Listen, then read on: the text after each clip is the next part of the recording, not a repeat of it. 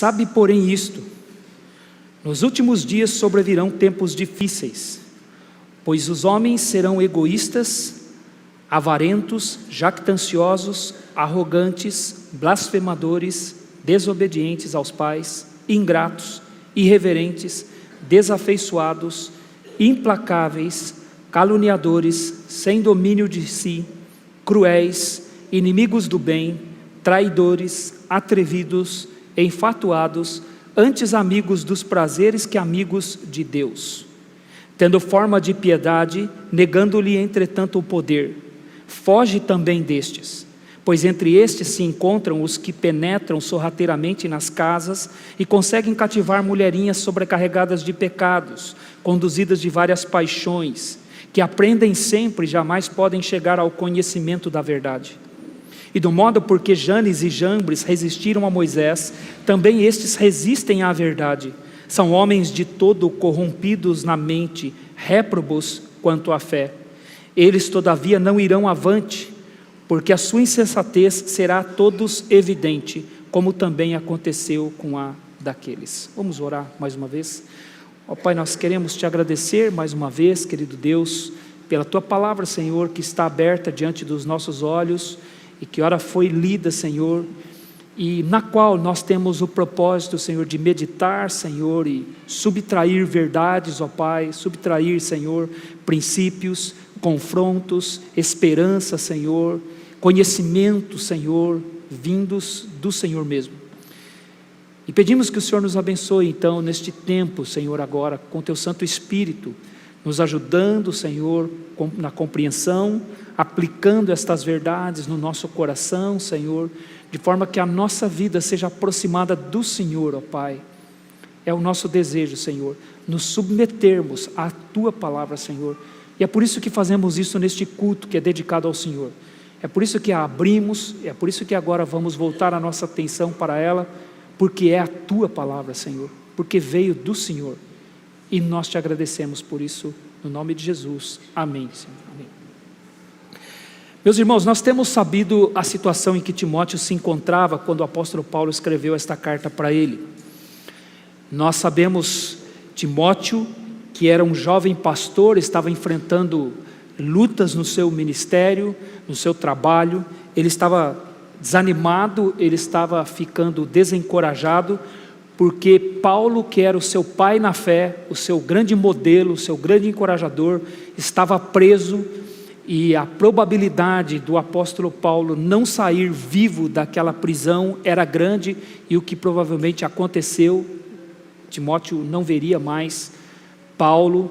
Então o pai da fé, aquele que foi seu encorajador, aquele que foi o seu professor, o seu modelo, estava preso e numa situação muito difícil, e ele agora tinha a responsabilidade diante de si, de cuidar da igreja que estava lá na cidade de Éfeso.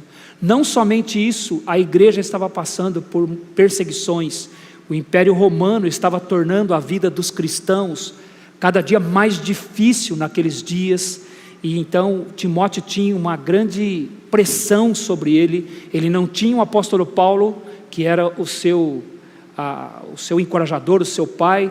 Ele tinha diante de si a igreja sendo perseguida, cristãos naturalmente amedrontados, com medo de tudo que se apresentava diante deles. E não somente isso, também haviam homens que estavam se aproximando da igreja e querendo a liderança da igreja, querendo ensinar na igreja, mas eram homens que não eram capacitados pelo Espírito Santo para fazer isso. Eram homens que queriam poder, queriam influenciar a igreja, queriam falar à igreja, mas não haviam sido chamados por Deus, separados por Deus para fazer isso. E o que colocava então a vida de Timóteo, o momento de Timóteo, numa situação muito difícil. Ele tinha que proteger a igreja, mantendo estes homens afastados da igreja, alertando com sabedoria a igreja que não desse ouvidos a estes homens. E aí o apóstolo Paulo, de uma forma muito clara aqui, de uma forma muito verdadeira, obviamente inspirado pelo Espírito Santo, ele fala a Timóteo ele encoraja Timóteo, mas ao encorajar Timóteo, ele não usa de falso consolo, ele não usa de falsa esperança, ele põe Timóteo com os pés bem firmados no chão mesmo, dentro de uma realidade. Ele fala para Timóteo: Timóteo, nós fomos chamados a sofrer pelo Evangelho, então sofre, participa comigo do sofrimento a favor do Evangelho, sofre como um bom soldado de Cristo, não se envolva com os negócios desta vida. Nenhum soldado que se envolve nos negócios dessa vida vai receber a honra, vai receber o mérito. Então participa comigo do sofrimento como um bom soldado de Cristo. Não te envergonhes de mim, não te envergonhes do Evangelho, não te envergonhes do fato de eu estar encarcerado. Então Paulo está chamando Timóteo a ser encorajado, mas ele não mente para Timóteo. Ele disse: Timóteo, a nossa vida, o nosso serviço para Deus, até a volta de Jesus Cristo, será difícil. Por isso no capítulo 3, então ele diz: sabe porém isto, nos últimos dias haverão tempos difíceis. E esse tempo difícil aqui nós sabemos que é o tempo da igreja.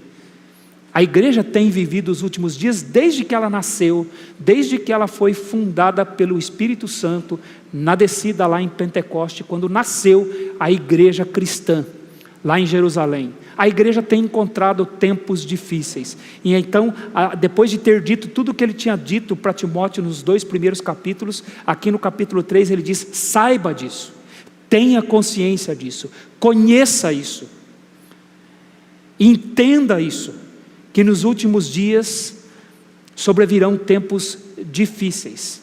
Então a Bíblia vai nos mostrar aqui, e ele diz que os tempos seriam difíceis por causa do homem, do ser humano. O que é o ser humano?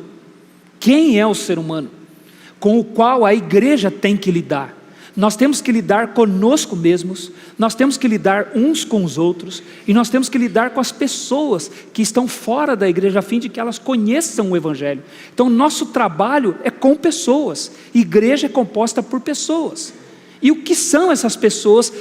Quem é o ser humano que torna a vida da igreja difícil?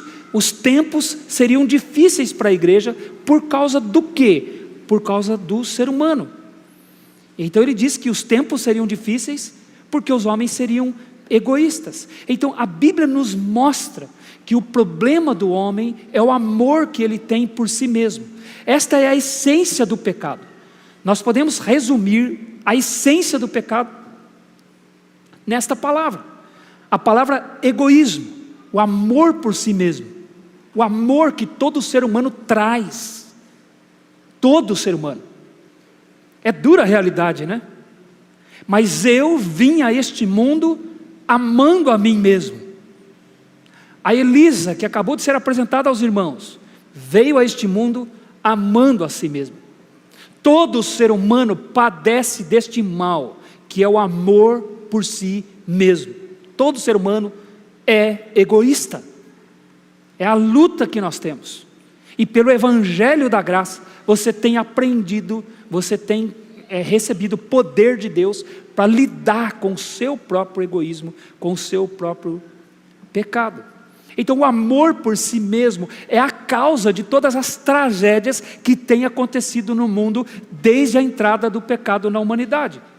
Assassinatos, desavenças, traições, adultérios, divórcios, violências, vícios, amarguras, ira, roubos, mentiras, corrupções, desobediência a todas as autoridades, são resultados do amor que os homens têm por si mesmo, é o egoísmo. Por isso que uma das tarefas dos pais, e eu diria que é a principal tarefa dos pais, é ensinar os filhos, é trabalhar nos filhos, é criar situações para os filhos, para que eles não sejam nutridos no egoísmo que já está no coração deles. Em outras palavras, a tarefa dos pais é contrariar os filhos. As crianças precisam ser contrariadas. Uma das maiores necessidades das crianças é serem contrariadas. E o que você vai ouvir no mundo hoje é que as crianças não podem ser contrariadas. Para a felicidade delas, para o bem-estar delas, elas não podem ser contrariadas. Quando Deus nos diz que uma das maiores necessidades de uma criança é que ela seja contrariada, porque ela é egoísta, ela só pensa nela, nasceu pensando nela. Por que você acha que a criança chora quando ela nasce? Eu costumo dizer que é o primeiro sinal de vida de um ser humano, é o choro após o nascimento. Até por isso que antigamente, eu não sei se ainda fazem isso hoje, eu acho que não, né? Nesse mundo humanista que nós estamos vivendo, né? Mas quando a criança nascia e não chorava, o que o médico fazia? O que ele fazia? Ele ia lá e dava uns tapinhas na criança, não dava? Para ela fazer o quê? Para ela chorar. E para ela chorar o quê? De emoção, de alegria, de felicidade. Era para ela chorar para mostrar que estava viva, que estava bem. Então, quando se ouvia o choro da criança, está bem, está vivo. Mas esse choro, qual é a razão desse choro? Esse choro é porque ela foi contrariada e não gostou. Ela não gostou de ser contrariada. Ela já nasce murmurando. Olha só que situação, né? Já vem ao mundo e o primeiro sinal de vida é uma murmuração. Isso é o ser humano. Isso é o homem com o qual nós temos que lidar. Então os filhos que sempre têm o que querem, na hora que querem, do jeito que querem, serão drasticamente afastados do Evangelho. Não serão aproximados do Evangelho. E o que é o Evangelho? O Evangelho é o poder de Deus para a salvação de todo aquele que crê. E o que é a salvação? O Evangelho salva do quê? O Evangelho salva o homem da ira de Deus. Porque o grande problema do homem é que Deus está irado com ele. Romanos capítulo 1, versículo 18 vai dizer que a ira de Deus se manifesta contra toda a impiedade e injustiça dos homens. O grande problema do ser humano é que existe um Deus. E esse Deus está irado com ele. Mas esse Deus não quis aplicar a sua ira sobre ele. Mas esse Deus propôs uma salvação para este homem. Como ele propôs essa salvação? Enviar o seu filho ao mundo, para que o seu filho recebesse a ira, e não os homens recebessem a ira, desde que se arrependessem.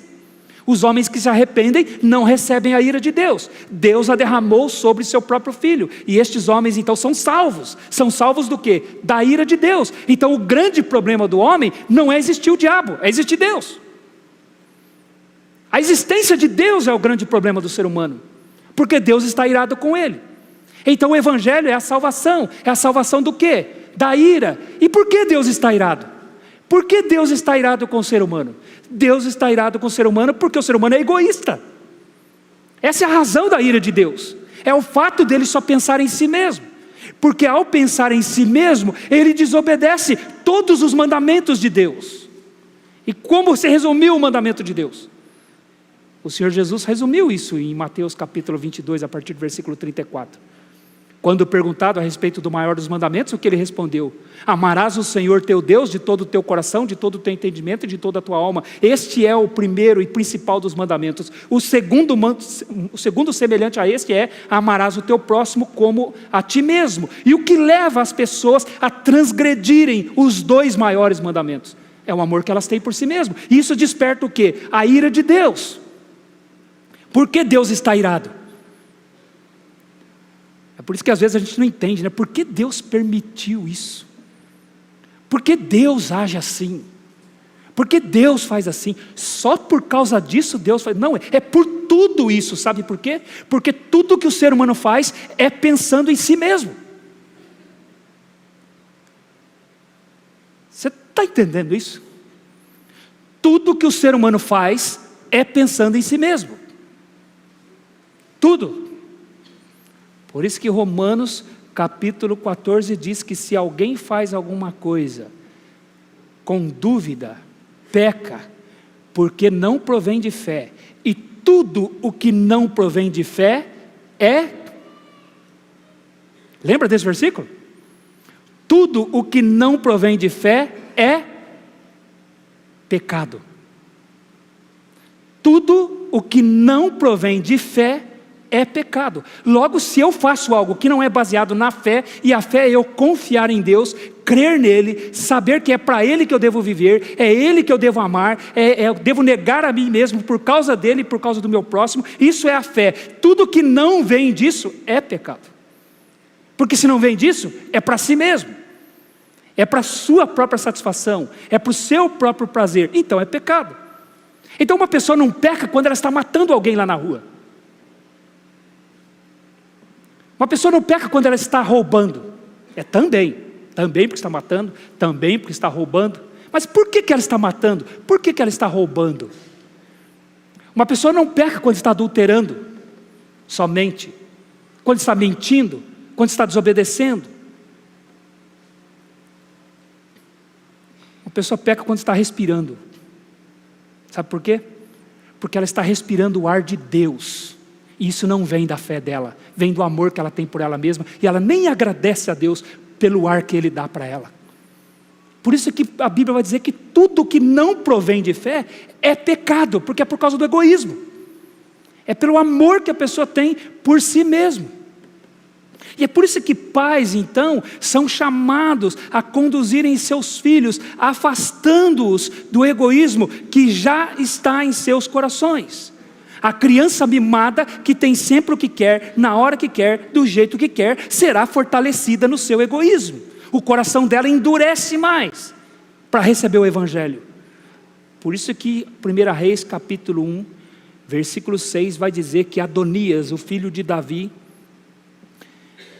ele disse: eu reinarei. Ele quis tomar um lugar do pai dele no trono, lugar que havia sido destinado por Deus para Salomão, seu irmão. Mas ele quis o lugar de Davi e o lugar de Salomão. E o texto diz que seu pai Davi nunca o contrariou, dizendo: por que procedes assim? O erro de Davi foi ter mimado Adonias. E o que fez? Adonias, ele quis o lugar no trono. Mimado, ele quis aquele lugar para ele. E ele morreu por causa disso. Morreu porque ele quis o lugar que não era dele. Mas ele foi mimado pelo seu pai. Seu pai nunca o contrariou. Então, ainda que nós estejamos salvos, meus irmãos, livres do poder do pecado, nós ainda temos que lidar com o amor próprio. Temos que ajudar as pessoas a lidarem com o seu amor por si mesmas. E então nós temos que conhecer esse inimigo que nós temos, que é o egoísmo, o amor que está no coração de todos os homens, o amor por si mesmos. Deus deseja que nós conheçamos quem é o ser humano. Como nós já ouvimos, nós não devemos nos espantar quando as pessoas fazem as coisas que fazem, quando o mundo é do jeito que é. Nós não deveríamos nos espantar, porque a Bíblia diz que o ser humano é assim. Nós temos conhecido a Deus, temos conhecido a nós mesmos e temos tido a oportunidade de conhecer quem é o ser humano. Por isso também que o Senhor Jesus não se decepcionava com os seres humanos. Ele não precisava que alguém lhe desse testemunho a respeito do homem, porque ele sabia o que era a natureza humana. João capítulo 2, versículos 24 e 25 dizem isso. Então nós temos que lidar conosco mesmos, com o egoísmo que ainda age em nós. Temos que ajudar as pessoas a lidarem com o seu egoísmo, e essa é a nossa luta. É isso que torna a vida da igreja difícil. Então isso parece, meus irmãos, uma imagem muito feia do ser humano, não é? Mas essa é a realidade.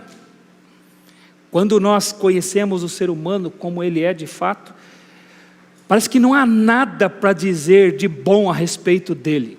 Sabe o que isso me lembra? Isso me lembra a palavra de Micaías, o profeta Micaías para o rei Acabe, lá em 1 Reis capítulo 22. Quando o rei Acabe foi ouvir o profeta Micaías perguntaram para ele: e aí, eu devo ir para a batalha contra os nossos inimigos? Ele falou assim: pode ir. Mas falou num tom irônico: pode ir que você vai voltar vivo. Aí o rei Acabe falou: aí, estou falando, esse profeta nunca fala de mim o que é bom, mas senão somente o que é mal. Estou falando para você, ele nunca tem uma palavra boa para dizer a meu respeito. Mas quando você lê a vida de Acabe, Acabe era um homem mimado, que só pensava em si mesmo. Um dia, porque ele não teve uma vinha, ele chegou em casa chorando como uma criança. O que se pode dizer de bom a respeito de um homem desse? que é centrado no amor por si mesmo, que só busca os seus próprios interesses. Então toda vez que ele se aproximava de Micaías, Micaías tinha verdade para dizer para ele. E ele dizia: Micaías nunca fala bem de mim, Micaías só fala mal de mim, ele nunca tem uma palavra positiva para dizer a meu respeito. Eu venho para ele para querer ouvir a palavra de Deus, e é só confronto, ele só fala mal de mim, Quer saber? Não quero mais Micaías como meu profeta. Mimado, o que ele fez? Cercou-se de 450 profetas que só falavam mentiras para ele, e ele gostava. Mintam para mim. Eu gosto de ouvir vocês, meus profetas. Vai, mintam para mim. Podem mentir. E ele preferia, irmãos, ouvir 450 profetas mentirosos do que ouvir o único que estava falando a verdade para ele. E ele se cercava de mentiras, como Acabe ilustra bem os nossos dias. Como as pessoas gostam de se cercar de mentiras, porque elas não querem se deparar com a realidade. Porque a realidade é essa.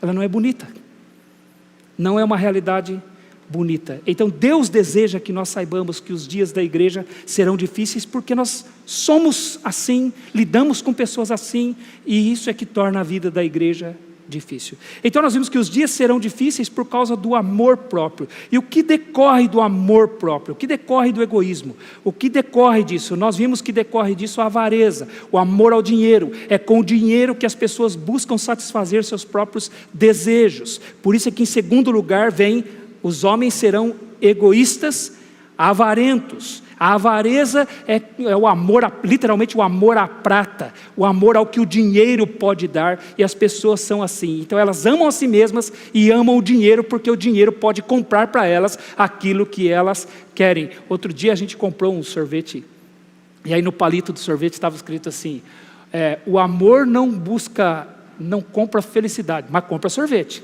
Só troca objeto. Você não quer felicidade, quer sorvete, dinheiro compra, não é? Compra para você, se dê isso, se presenteie. É por isso que as pessoas amam o dinheiro. Daí depois nós vimos que as pessoas, por amor a si mesmas, são jactanciosas, que é o orgulho, é a autoexaltação. As pessoas se colocam a si mesmas como heróis, elas exaltam seus feitos, suas habilidades, elas adoram ver seus nomes sendo mostrados, seus nomes à mostras, seus nomes sendo falados, bem, obviamente, não é? Elas adoram isso. É só você ver as redes sociais, as fotos que as pessoas põem lá nos seus perfis, são cada uma mais engraçadas que as outras, porque as pessoas tentam parecer-se belas aos seus próprios olhos, e aí é uma autoexaltação ali, assumida, que nós temos visto. Aí Paulo diz que as pessoas também são arrogantes. O que é arrogância? É se exaltar acima dos outros. É uma pessoa que não somente fala de si mesma, mas ela despreza os outros. É como Jesus disse a respeito dos fariseus, que procuravam se parecer humildes, tentavam se mostrar humildes, mas eles adoravam que as pessoas os tratassem por seus títulos de professores, de guias e até mesmo de pais. Eu gosto de ser tratado pelo meu título, eu gosto de ser tratado sendo reconhecido pelas pessoas em público. Aí Paulo vai dizer que além disso, além de serem arrogantes, as pessoas também são blasfemadoras. O que é blasfêmia? Falar mal, significa falar mal dos outros. Nós vimos que uma das coisas mais prazerosas que tem para o ser humano é falar mal dos outros. É um dos pecados mais gostosos que tem, é falar mal dos outros. Por isso que sites, revistas, programas de televisão, de fofoca fazem tanto sucesso. Porque as pessoas gostam disso, gostam de falar mal. É por isso que você vê as pessoas sendo até encorajadas a falar mal de uma outra pessoa. E depois essa pessoa aqui da imprensa, lá, o repórter que ouviu aqui falando mal, ele corre e leva lá o recado para outra pessoa, para ouvir também a resposta da outra pessoa. E fica esse leve trás. Isso dá audiência. As pessoas gostam disso, de blasfemar. Blasfêmia aqui não é só falar contra Deus, blasfêmia aqui falar contra as pessoas também. Então ele diz que as pessoas são blasfemadoras, são também desobedientes aos pais. Por que os filhos desobedecem aos pais? Porque amam a si mesmos. A desobediência é o resultado do amor a si mesmos. E nós vimos que temos contemplado em nossa geração não somente a desobediência aos pais, mas o encorajamento à desobediência. Pais são retratados como ridículos, como sem sabedoria, como tolos, como bobos. como bonecos nas mãos das crianças e dos juvenis. É esse o programa de televisão, são estes os programas de televisão que os nossos filhos têm assistido, que têm bombardeado a mente deles, uma ridicularização dos mais velhos, especialmente dos pais. Os pais são uns bobos na mídia, e é o que ele diz aqui: os filhos são desobedientes aos pais, porque obedecer aos pais é uma coisa que é rechaçada, ninguém quer que os pais sejam obedecidos. E por causa disso a ingratidão, além de serem desobedientes, eles se tornam ingratos. A Bíblia diz que a gratidão é um modo de viver. Não é apenas dizer muito obrigado, mas é viver de uma forma agradecida, como diz Colossenses capítulo 3, versículo 15. Seja a paz de Cristo o árbitro em vossos corações, a qual fostes chamados, e sede agradecidos. Gratidão é uma forma de viver, não um ato apenas, mas uma forma de viver. Mas o que nós vemos na nossa época é a ingratidão das pessoas. E estas características aqui são resultados de pessoas que amam a si mesmos. Vimos também a questão da irreverência. O que é a irreverência? É uma pessoa, não é irreverência no culto, ela se apresenta no culto também, mas a irreverência aqui é a pessoa que tem prazer em quebrar padrões de bom senso. Então ela não quer se parecer com a maioria, ela quer destoar da maioria. Então ela quebra o padrão comum, o senso comum, na sua forma de se vestir, na sua forma de falar, na sua forma de se portar, o que elas fazem com seus corpos, a forma como elas usam os seus corpos para chocar outras pessoas, para quebrar padrões. A isso a Bíblia chama de irreverência. E as pessoas serão assim, Paulo está dizendo, serão irreverentes. E aí Paulo continua dizendo que essas pessoas também serão desafeiçoadas, é a desafeição. E o que é a afeição? A afeição é aquilo que nós encontramos dentro das famílias, que é um sentimento natural que brota nos relacionamentos familiares, especialmente. Ele brota também quando há convivência. Quando nós estamos convivendo com as pessoas, nós começamos a ter uma afeição natural para com as pessoas.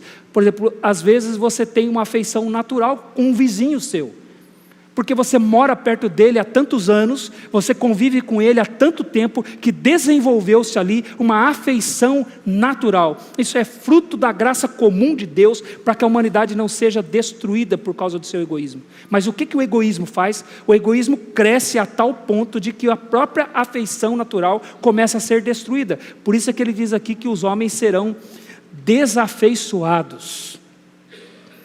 Então Deus nos deu a capacidade de desenvolvermos a afeição, mas o pecado ele afeta até a afeição natural.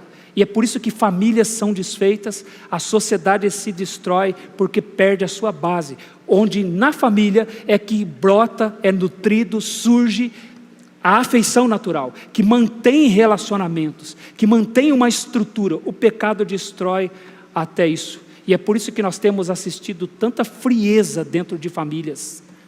Pessoas que amam tanto a si mesmas, que não conseguem, que não se importam com o sofrimento dos seus próprios familiares por aquilo que estão fazendo. As pessoas amam tanto a si mesmas, que uma mãe sofrendo, ela não se importa, ela faz o que ela quer, do jeito que quer, da forma como quer, porque ela se torna fria quanto à afeição natural. É o que o pecado faz, é o que é o ser humano, é o poder do pecado no coração do ser humano. Filhos que desobedecem, só pensam em si mesmos, pais que abandonam seus filhos porque só pensam em si mesmos. Então o pecado é capaz de corroer, de destruir até mesmo a afeição natural, aquilo que Deus dá para todos os seres humanos. Foi até aqui que nós vimos na nossa última mensagem. E aí vamos continuar então. Esse quadro tão bonito, né, irmãos? Vocês não sabem como é lindo esse quadro. Fico imaginando aqui, né, quando a gente vai colocar os porta-retratos na nossa casa, a gente escolhe as nossas melhores fotos, né? Ou as melhores fotos dos nossos filhos e colocamos lá no porta-retrato. E aí a gente quer que todo mundo veja, né? Agora isso aqui sou eu, você, todos os seres humanos por dentro. Você imagina se isso aqui pudesse ser fotografado. Será que a gente ia querer colocar no porta-retrato? Se a gente pudesse fotografar isso aqui e colocar num porta-retrato. Olha aqui, que foto linda. Ninguém põe no porta-retrato uma endoscopia sua, não é verdade? Porque por dentro a gente é feio, né? Ninguém põe uma imagem do coração, né? Ninguém põe uma imagem o dentista tratando o seu dente lá, fazendo... Tira uma foto aí para eu colocar no porta-retrato. Ninguém faz isso, né? Nós não queremos mostrar o que somos por dentro. Isso ilustra o que somos espiritualmente por dentro. Por dentro nós somos assim, precisamos da graça de Deus. Precisamos que Deus nos salvasse de nós mesmos, porque nós mesmos, pelos nossos atos, pelo nosso egoísmo, despertamos a ira de Deus. Então Paulo, ele continua falando aqui que uma das características, uma das coisas que decorrem do egoísmo humano é o desacordo. Ele diz que os homens serão implacáveis. Isso significa que as pessoas serão impossíveis de fazerem conciliação. É isso que a palavra quer dizer. A palavra significa alguém que não aceita chegar a um consenso. Ela ama tanto a si mesma que ela não faz acordo, mesmo que seja para resolver um conflito, ela prefere manter-se no conflito. Pessoas que são tão voltadas para si mesmas, meus irmãos, que elas não querem resolver um problema. São pessoas implacáveis, é isso que ele quer dizer. São pessoas que não respondem a um apelo. Você pede a elas para elas cederem, pede a elas para elas fazerem uma concessão, para chegar a uma solução de um conflito, elas não aceitam. São pessoas que passam por cima das outras, para terem o que querem. Elas não estão dispostas a mudar. Elas podem até fazer uma promessa de que vão mudar, mas elas não sustentam sua promessa. Elas não mudam, elas não atendem a apelos, elas não sentem o outro, o problema do outro, ela não cede. É isso que significa uma pessoa implacável. Ela se mantém dentro de um conflito porque ela não aceita mudar. E eu acho interessante que nessa característica, seguir o desafeto. Isso não é uma coincidência. Paulo disse, eles são desafeiçoados e implacáveis. Não é uma coincidência. Porque, irmãos, qual é o principal argumento que nós usamos quando nós queremos resolver um conflito? Nós, que eu digo, a humanidade de uma forma geral. Qual o principal argumento que você usa quando você quer resolver um conflito? Você faz apelos emocionais, você faz apelos à afeição.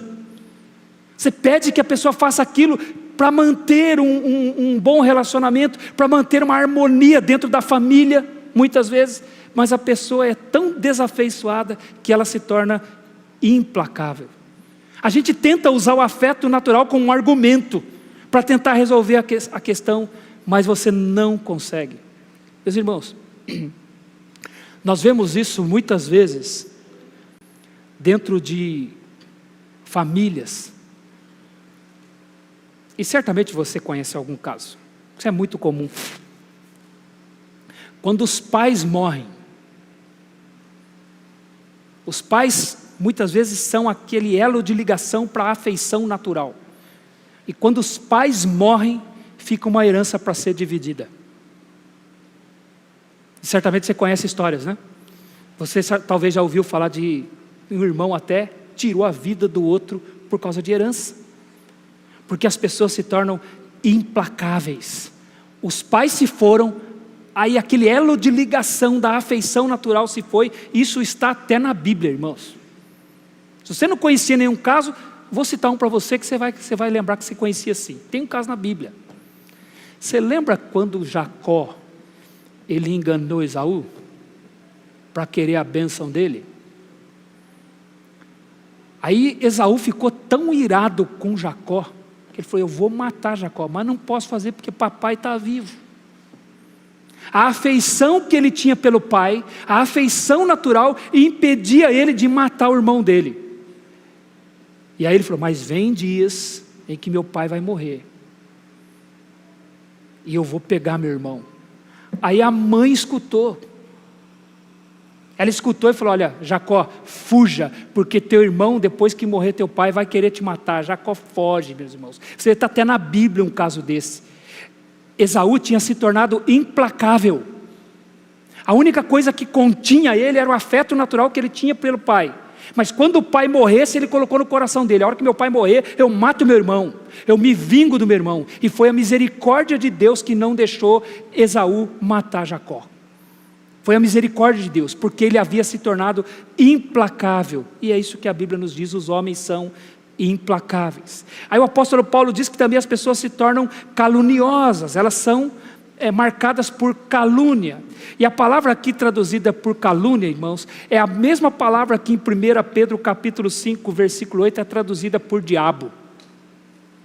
Aqui fala de uma pessoa que não somente fala mal do outro, mas ela fala como se o outro fosse seu inimigo.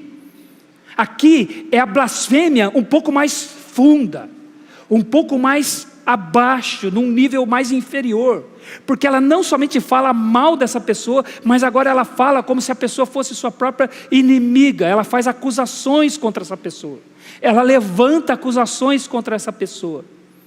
Por isso que Paulo mostra que Pedro mostra que essa é uma das características do diabo.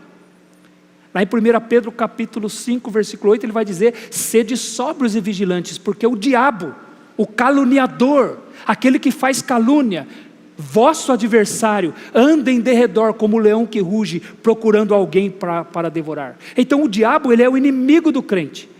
E como ele age? Como o diabo age? Ele acusa os crentes, ele levanta falsos testemunhos contra o crente diante de Deus. Não é isso que nós lemos no começo do livro de Jó? Em que o diabo aparecia diante de Deus e fazia acusações contra Jó, dizendo que Jó só era o crente que ele era, porque Deus dava tudo para ele do jeito que ele queria. E então o diabo desafia Deus a retirar de Jó o que Jó tinha, e assim Jó blasfemaria contra Deus.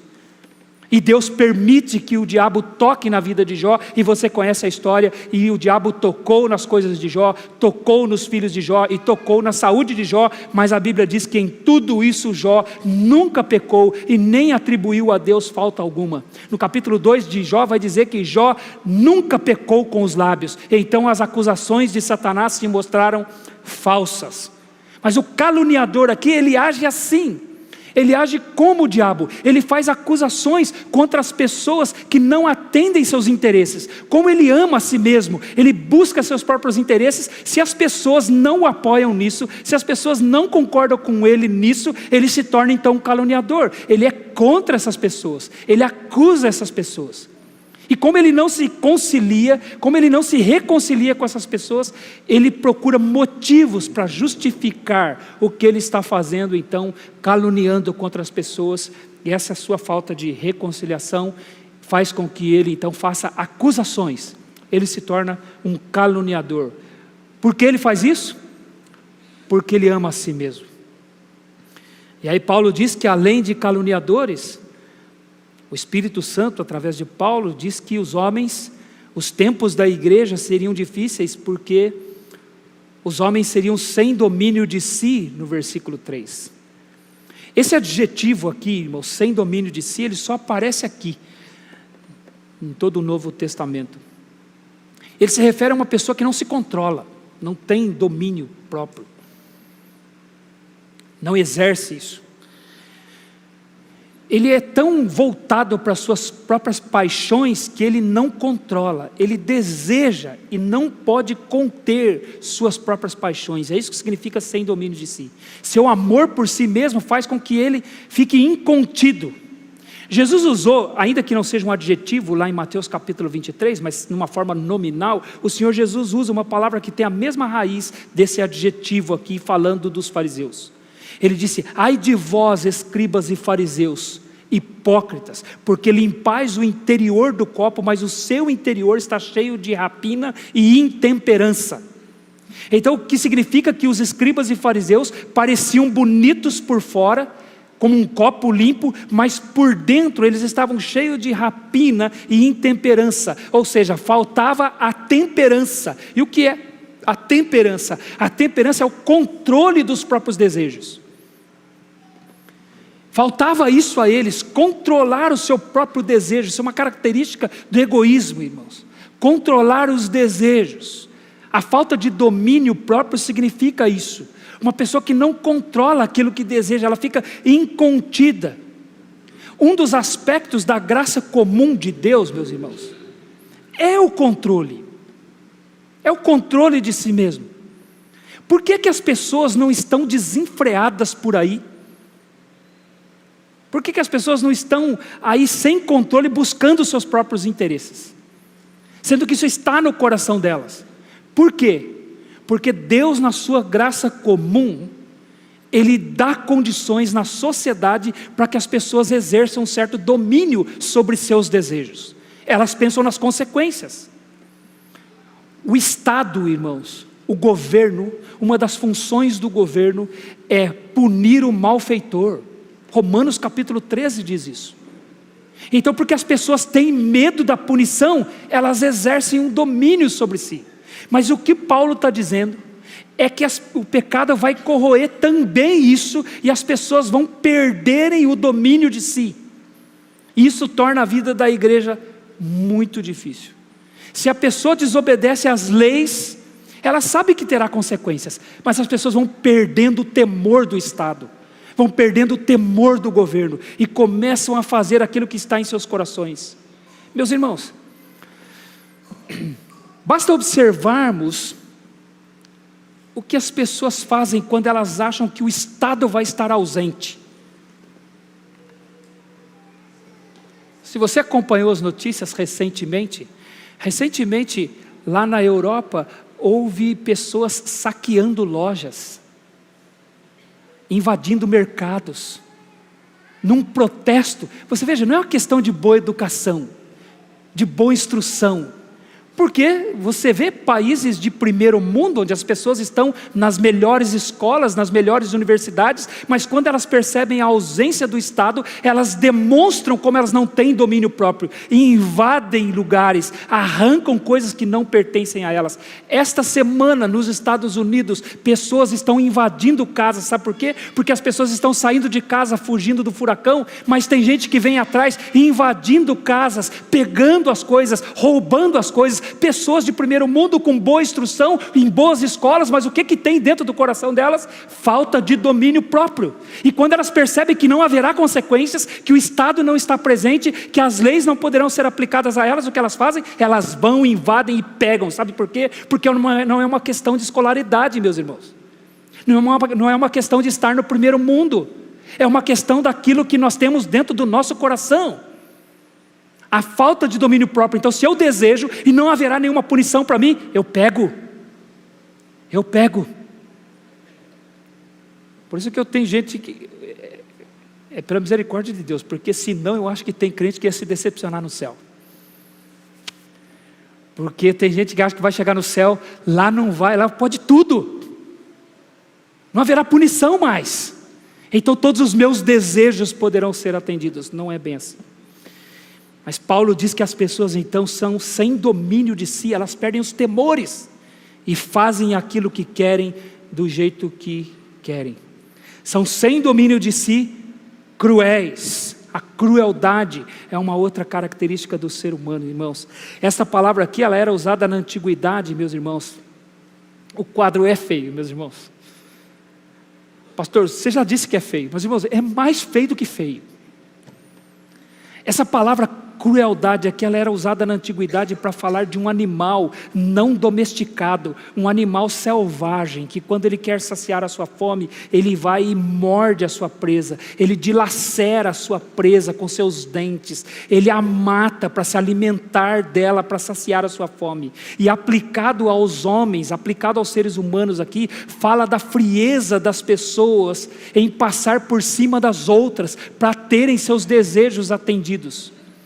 Paulo fala dessa forma, que as pessoas amam tanto a si mesmas, que elas são capazes de passar por cima das outras, para terem seus desejos atendidos na hora. Elas simplesmente buscam atender o seu próprio desejo, o amor que têm por si mesmas. É como Paulo disse aos Gálatas. É interessante, em Gálatas ele faz um contraste entre o amor ao próximo e esse tipo de crueldade. Lá em Gálatas capítulo 5 ele vai dizer assim que Tudo nesta palavra se resume, ou seja, toda a lei de Deus nessa palavra se resume: amarás o teu próximo como a ti mesmo. Se porém vos mordeis e devorais uns aos outros, vede que não sejais mutuamente destruídos. Olha o contraste que ele faz: ou eu amo o meu irmão, ou eu mordo ele. É feio, né?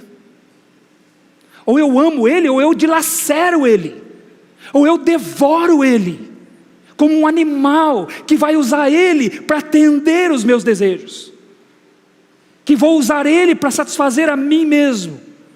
Então eu não me importo com ele, o que eu quero é que ele satisfaça a mim, como um animal que vai na sua presa, morde a sua presa para se alimentar dela. Então o que um animal faz? Eu mato ele para eu sobreviver. E o que a crueldade significa? Que você mata o outro para você sobreviver. Ele pode morrer, eu não. Irmãos, como isso é contrário do amor, né? 1 João capítulo 3, versículo 16 vai dizer assim que: assim como Jesus nos amou, nós devemos também amar uns aos outros e dar a nossa vida pelos irmãos. O amor mata a si mesmo e deixa o outro vivo. Figuradamente falando, né? A crueldade mata o outro e deixa a si mesmo vivo. Os homens serão cruéis. Agora, meus irmãos, creiamos, nós vivemos num mundo cruel. Temos que lutar para que não sejamos também cruéis. E o apóstolo Paulo continua dizendo que, além de cruéis, são inimigos do bem. Literalmente, isso significa sem amor pelo que é bom. As pessoas que amam e atacam, que odeiam e atacam o que é justo. Pessoas que não querem o que é bom. Você quer fazer o que é certo, mas as pessoas odeiam você por causa disso. Se você faz o errado, as pessoas te amam por causa disso. Por que os melhores são perseguidos, irmãos? Por que os melhores sofrem perseguição? Deixa eu dar alguns exemplos para você. Por que o melhor aluno da classe é perseguido pelos outros? Por quê? Porque o aluno obediente sofre. Porque o funcionário na empresa que bate o cartão no horário, que segue as normas da empresa, que respeita seus superiores, são motivos de piada dentro da empresa. Por quê, irmãos? Ele não deveria ser aplaudido? Ele não deveria ser copiado? Ele não deveria ser imitado? Mas por que ele corre como uma piada na boca dos outros? Por quê? Se ele está fazendo o que é certo, está batendo o cartão no horário, respeita as normas da empresa, respeita seus superiores dentro da empresa, por que ele é motivo de piada? Por que um funcionário que não quer entrar numa greve sofre na mão dos outros? Porque nós vivemos num mundo que ama o mal e odeia o bem, como ele está dizendo aqui.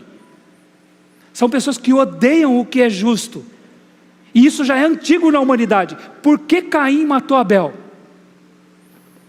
Por que Caim matou Abel? Você sabe por que Caim matou Abel?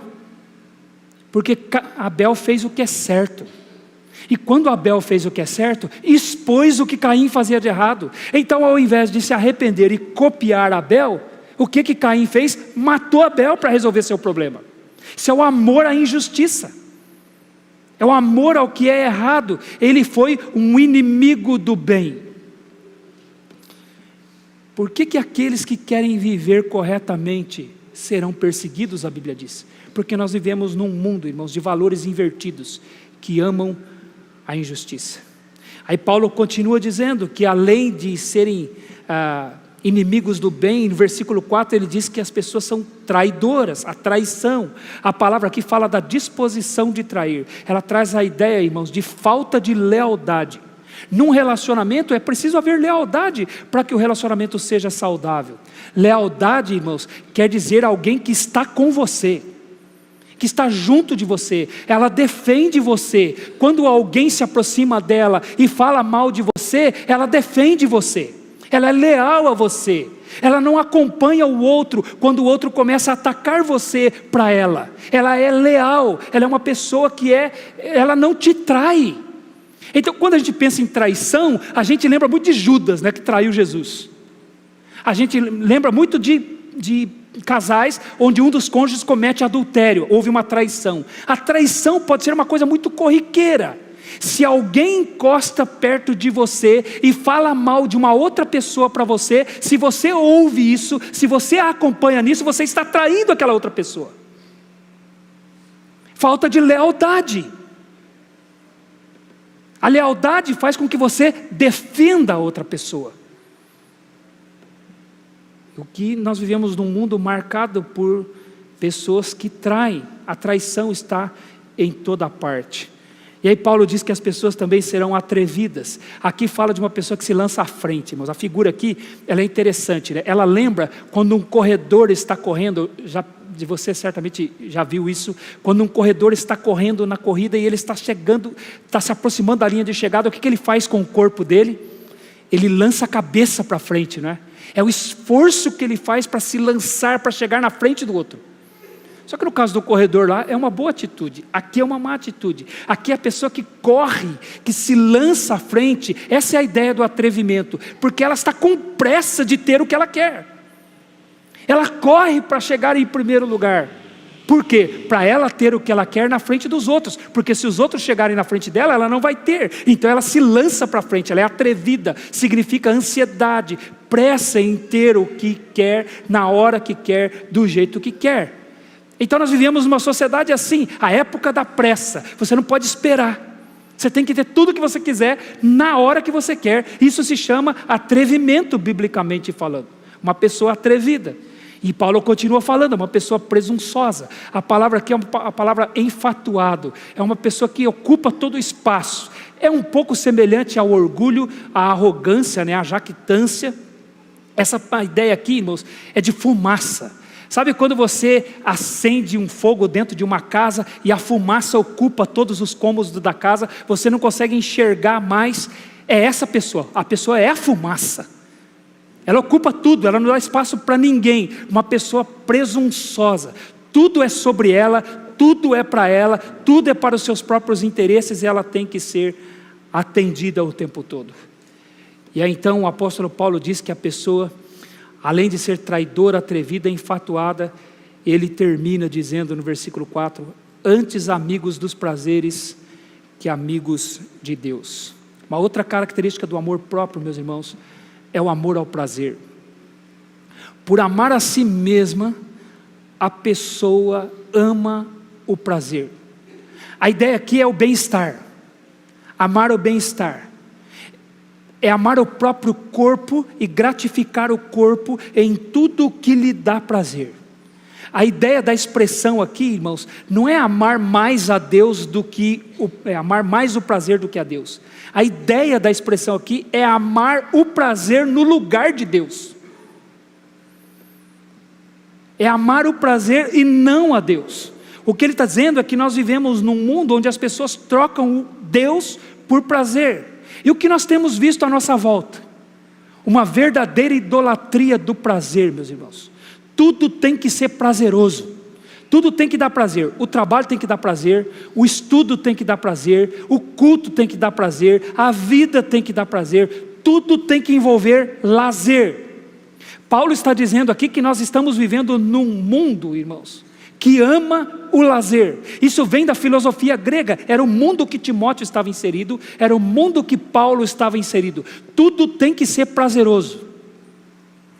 Naqueles dias já havia se difundido a filosofia de um homem chamado Aristipo de Cirene, que havia vivido cerca de 300, 400 anos antes de Cristo. Foi contemporâneo do filósofo Sócrates. Ele foi considerado o fundador do hedonismo. O que é o hedonismo? É a busca pelo prazer. Ele diz que a vida de uma pessoa consiste em dois estados: ou ela tem prazer ou ela tem dor, e ela tem que buscar o prazer. Então ele disse que o prazer, independente da sua origem, tem sempre a mesma qualidade, e o único caminho para a felicidade é a busca do prazer e a diminuição da dor. É o que esse homem disse. E ele afirma então que o prazer do corpo é o próprio sentido da vida. Você tem que buscar tudo o que dá prazer para o seu corpo. Era nesse contexto que Paulo estava pregando, que Timóteo estava pregando. Aí vem o apóstolo Paulo e diz assim: olha, os nossos dias serão difíceis, Porque as pessoas amam o prazer, o lazer. Tem que dar prazer para elas. Agora, meus irmãos, quando Deus deu o mandamento para Israel, lá em Deuteronômio capítulo 6, versículos 4 e 5, quando Deus disse: ouve, ó Israel, o Senhor teu Deus é o único Senhor. Amarás, pois, o Senhor teu Deus de todo o teu coração, de todo o teu entendimento e de toda a tua força. Quando ele disse isso, os judeus entenderam. Eles falaram: amar a Deus vai implicar em sacrificar a nós mesmos. Prazer e amor a Deus nem sempre caminharão juntos. Nós vamos ter que sacrificar um. Não vai ter jeito, sacrifícios serão necessários. Mas nós vivemos num mundo que não pode haver sacrifício. Tudo tem que ser prazeroso. Mas veja o que o apóstolo Paulo disse em Romanos capítulo 12, versículos 1 e 2. Rogo-vos, pois, que apresenteis os vossos corpos por sacrifício vivo, santo e agradável a Deus, que é o vosso culto racional. Cultuar a Deus envolve o sacrifício do corpo, o que é totalmente contrário ao que aquele filósofo havia dito e que estava difundido na mente das pessoas. Nós vivemos, irmãos, bombardeados pela idolatria do prazer. Tudo tem que dar prazer. Se não dá prazer, eu não quero. E compreender o sofrimento, compreender o sacrifício, não significa, irmãos, que nós vamos aceitá-lo. E não, eu tenho que sofrer mesmo, então eu tenho que me conformar, porque nós vamos sofrer, a vida é um sofrimento mesmo. Não, nós não devemos agir assim. Nós queremos sair do sofrimento, queremos sair de coisas que são muito custosas para nós, que doem. Nós buscamos a alegria, buscamos o conforto. Mas o que Paulo está dizendo aqui é que eu não posso amar o prazer, porque se eu amar o prazer, não estou amando a Deus. Então nem tudo na vida vai ser prazeroso. Nós devemos compreender que o sofrimento faz parte da vida. E ele é o resultado do pecado, desde a desobediência de Adão e Eva no jardim do Éden.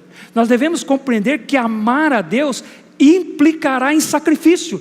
Veja o contraste que ele faz: mais amigo do prazer, ou antes amigos do prazer, do que amigo de Deus. Em outras palavras aqui, irmãos, literalmente significa antes o que ama o prazer, ao invés de amar a Deus. Então ele está colocando um contraste: Deus de um lado e o prazer do outro.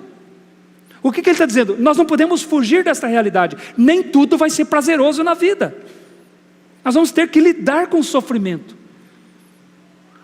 Às vezes, irmãos, a gente quer resolver o sofrimento, sabe, como se fosse apertar um botão. Então eu venho para o culto, eu quero que Deus diga uma palavra para mim, e eu chego em casa, eu aplico essa palavra, e o meu sacrifício vai embora, o meu sofrimento vai embora. Eu descobri qual o botão que eu tinha que apertar. Se a minha motivação é essa, eu posso ser um amante do prazer. Eu não quero sacrifício, eu não quero sofrimento. O que Paulo está dizendo é que se eu amar a Deus, muitas vezes eu vou ter que sacrificar o prazer. Vai ser custoso. Mas nós vivemos num mundo que é contra isso. Nós somos bombardeados pela cultura do prazer. Vivemos numa cultura que não sabe o que é sofrer. E as pessoas não querem, não sabem lidar com o sofrimento. Elas querem um remédio, querem um conselho, uma solução, para que então elas apliquem aquilo e imediatamente o sofrimento vai embora e elas tenham prazer. E a vida não é assim. Então nós vivemos num mundo que se o casamento não me dá prazer, eu largo ele. Eu vou procurar um que me dá prazer. Se o emprego não me dá prazer, eu largo o emprego. Eu vou procurar um outro emprego. Se a igreja não me dá prazer, eu abandono a igreja. Eu quero ter prazer. E Paulo diz aqui que caminhar com Deus, implicitamente, né? Nós vamos ter momentos de dor. Caminhar com Deus, amar a Deus, nós vamos ter momentos de lutas. Caminhar com Deus, irmãos, haverá momentos de tristeza. E se eu amar o prazer, acima de todas as coisas eu não estarei amando a Deus. Agora, por que andar com Deus é assim? Por que andar com Deus vai haver momentos de tristeza, momento de dor, de angústia, de sacrifício? Porque Deus nos põe numa realidade, irmãos. Deus não mente para nós. Ele está mostrando para nós o que de fato é a vida e quais são as consequências. Agora, aqueles que amam o prazer, o que eles fazem? Eles querem viver numa vida de ilusões, de mentiras, num mundo de ilusões. Eles querem fugir da realidade. Então eles fazem como Acabe. Eles querem se cercar de pessoas que mentem para eles o tempo todo, que não falam a verdade para eles, porque eles amam o prazer ao invés de amar a Deus. Então eles se cercam, como o próprio apóstolo Paulo vai dizer no capítulo 4, nós ainda vamos chegar lá, mas podemos ler aqui, capítulo 4, versículo 1, conjuro-te perante Deus e Cristo Jesus, que há de julgar vivos e mortos pela manifestação e pelo seu reino, prega a palavra, insta, quer seja oportuno, quer não, corrige, repreende, exorta, com toda a longanimidade e doutrina, porque haverá tempo em que as pessoas não suportarão a sã doutrina, pelo contrário, cercar-se-ão de mestres, segundo as suas próprias cobiças, ou seja, o amor por si mesmas, como que sentindo coceira nos ouvidos, e se recusarão a dar ouvidos à verdade, entregando-se às fábulas, às mentiras. Então, quando a pessoa não quer se deparar com a realidade de que caminhar com Deus, nós vamos ter sofrimentos, vamos ter angústias, vamos ter lutas, mas somos mais vitoriosos, porque maior é aquele que está em nós do que aquele que está no mundo. Mas essa é a realidade de Deus, essa é a realidade de andar com Deus. Mas se você não quer isso, o que você vai fazer? Você vai se cercar de mentiras, de ilusões, de fugir da realidade. Deixa eu dar um exemplo para os irmãos aqui, estou terminando, meus irmãos. Nós aprendemos a comer por causa do prazer e não da necessidade. Olha como nós somos bombardeados. Nós comemos não por uma questão de sobrevivência, nós comemos pelo prazer. 1 Coríntios capítulo 10, versículo 31 diz, quer comais, quer bebais, fazei tudo para o quê? Complete esse versículo, por favor. Quer comais, quer bebais, fazei tudo para o quê? Para a glória de Deus. Nós não comemos para a glória de Deus, nós comemos por prazer, porque dá prazer para o corpo. Nós ensinamos os nossos filhos a comer por prazer. Depois nós reclamamos que eles são ingratos.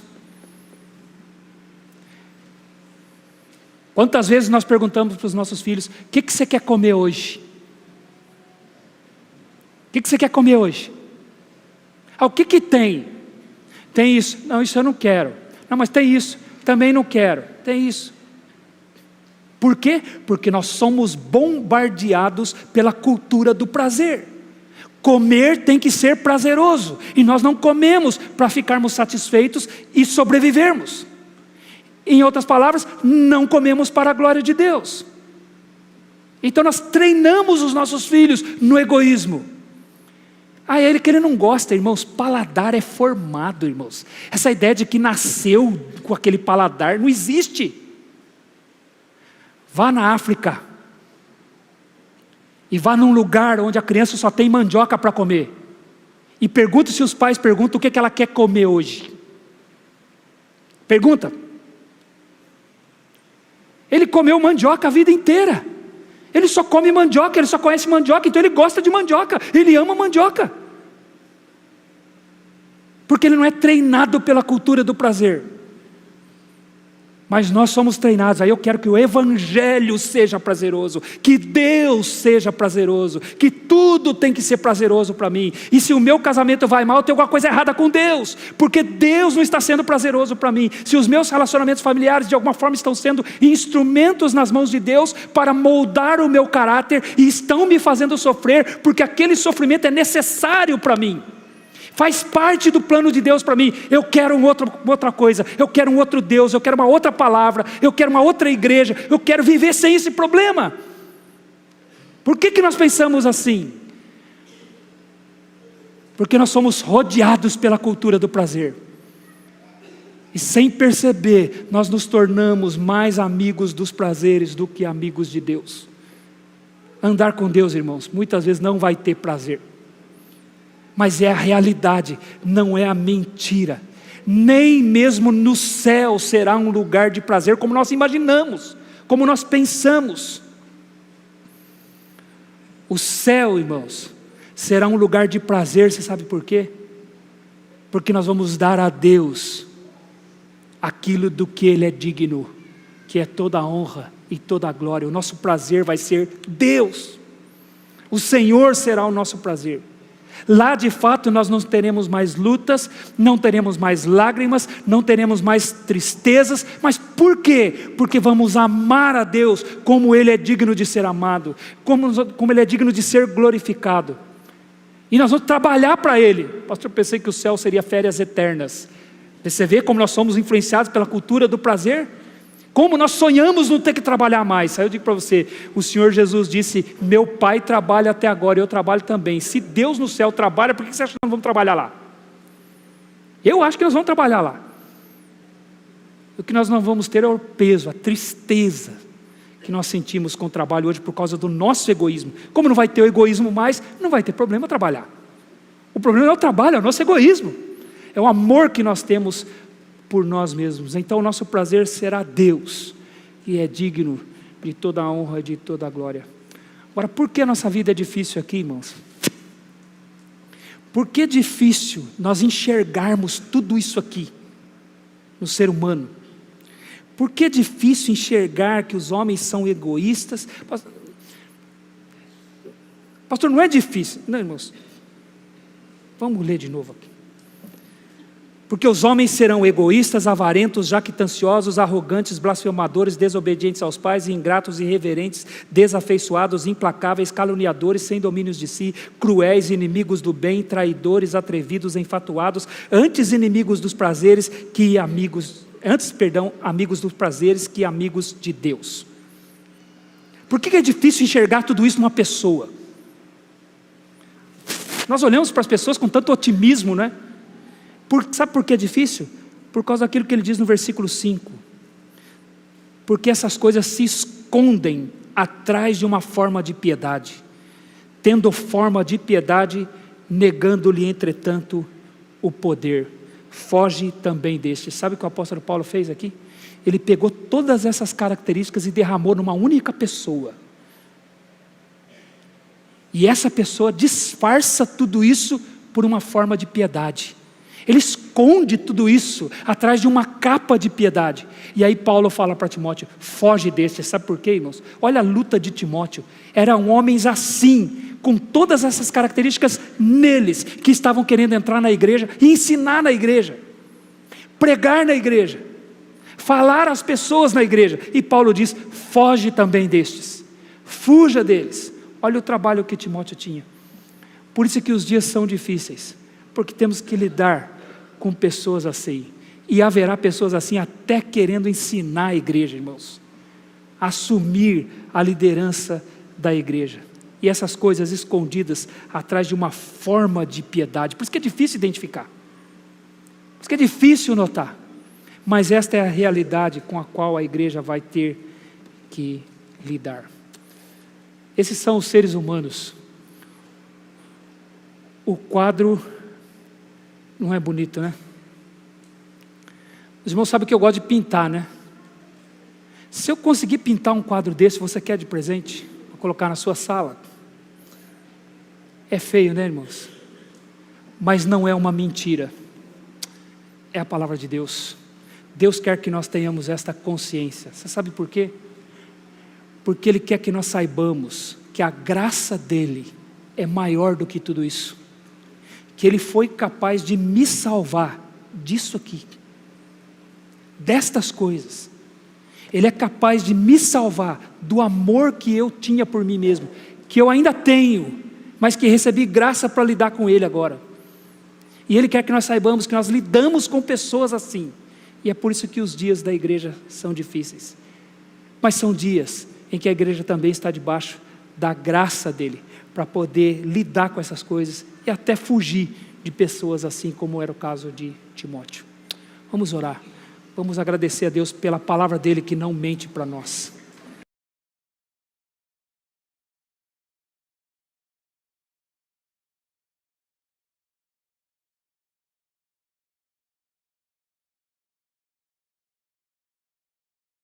Amém.